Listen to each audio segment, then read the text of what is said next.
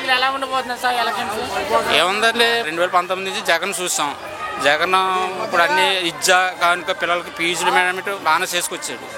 ఇప్పుడు టీడీపీ పరిపాలన 14 సంవత్సరాలు చేశాడు చంద్రబాబు నాయుడు. మాకు పిల్లలకు కానీ గిల్లకి కానీ ఏమి చూడలేదు. అందువల్ల ఈసారి జగన్ వస్తాడు.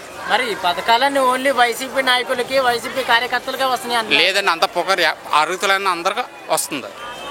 వస్తుంది. మరి ఇక్కడ వాలంటీర్ వ్యవస్థ ఎలా ఉంది? వారంటీ సంస్థ బాగానే ఉందండి. ఒక లంచం అంటే గవర్నమెంట్ లేదు. మన ఇంటికి వచ్చి ఏ సెక్యూరిటీ అని మన ఇంటికి వచ్చి చేస్తున్నారు. ఇప్పుడు మరి లోకేష్ గారు అన్నారు మీ అవినీతి అయ్యే వాళ్ళ నాన్న 14 సంవత్సరాలు చేశాడు. ఏ మంచి అనిపించలేదు. ఇప్పుడు కాకినాడలో వైఎస్ఆర్ బ్రిడ్జీలు 2 బ్రిడ్జీలు కట్టింది వైఎస్ శేఖర్ రెడ్డి. ఏదైనా కాంగ్రెస్ పరిపాలన వైఎస్ఆర్ పరిపాలన బాగుంది ఇక్కడ. అంటే ఇప్పుడు చంద్రబాబు గారు పవన్ కళ్యాణ్ కలిసి పోటీ చేసిన జగన్ వస్తాడు. జగన్ వస్తాడు. మరి ఇక్కడ ఎమ్మెల్యే గారు ఎలా ఉందండి పరిపాలన?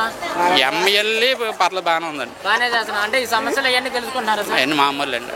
మరి ఈసారి గెలుస్తారంటారు జగన్ వస్తాడండి. అంటే మరి ఇప్పుడు వైఎస్ షర్మిల గారు కూడా కాంగ్రెస్ లో శర్మల కూడా మనకు అనవసరం. తెలంగాణ ఇక్కడికి వచ్చి ఎప్పుడు మనకు చెప్పలేదు.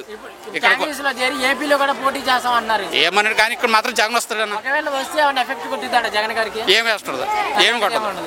ఇక్కడ కాంగ్రెస్ ఉండదండి. ఇక్కడ జగన్ ఉంటాడు, ఉంటే టీడీపీ ఉంటుంది అంతే తప్ప ఇక్కడ ఏమి ఉండదండి.